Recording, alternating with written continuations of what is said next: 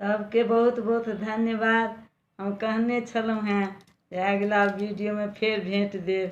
तऽ एखन जे गीत गाबऽ जा रहल छी ओ जे छै से दीपावली परमे रचना कयल अछि आओर ओहि गीतक रचनाकार छथिन सविता दास। और अहाँ सबके सुनाइयो रहल छै तऽ गाबि कऽ सविता दास। तऽ अहाँ सब सुनू, अहाँ सबके जेहन लागत तेहन कमेंट बॉक्समे देबै, ठीक ने? आब सुनै जाइ जाउ।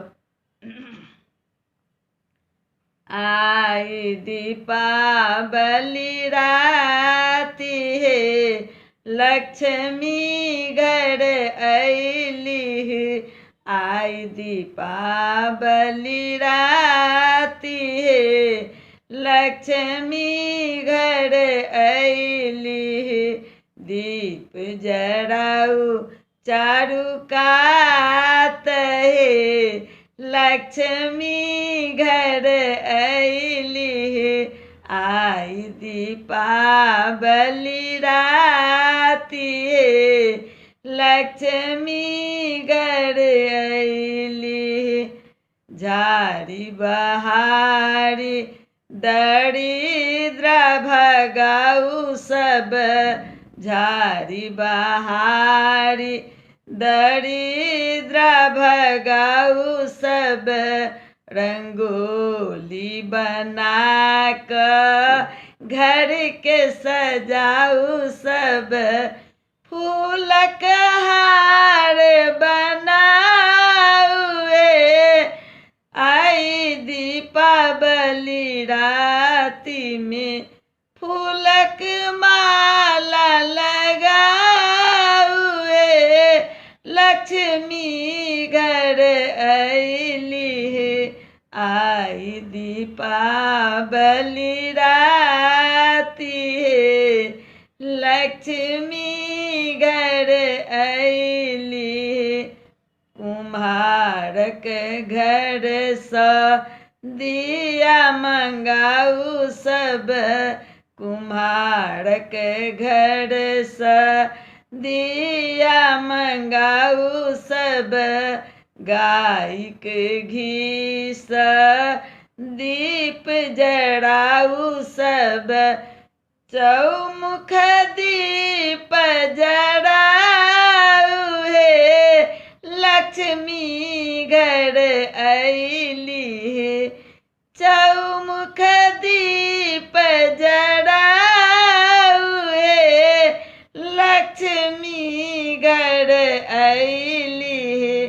आई दीपावली राति हे लक्ष्मी घर अइली।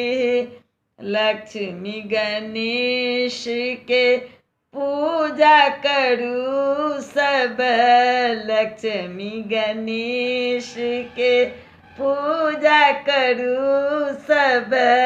लड्डू केरा के भोग लगाऊ सब। जगमग भेल चहु ओर लक्ष्मी घर अइली। जगमग भेल चहु ओर लक्ष्मी घर अइली। आई दीपावली राति हे लक्ष्मी घर अइली। सविता गीतक रचना केलनि, सविता गीतक रचना केलनि। कर जोड़ी गणेशक वंदना केलनि, कर जोड़ी गणेशक वंदना केलनि।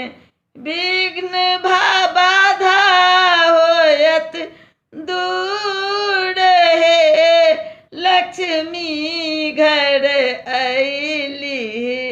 विघ्न बाधा होयत दूर लक्ष्मी घर अइली।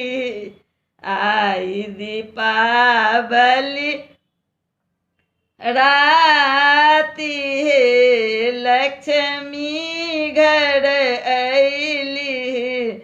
आई दीपावली राती हे लक्ष्मी घर अइली, लक्ष्मी घर अइली।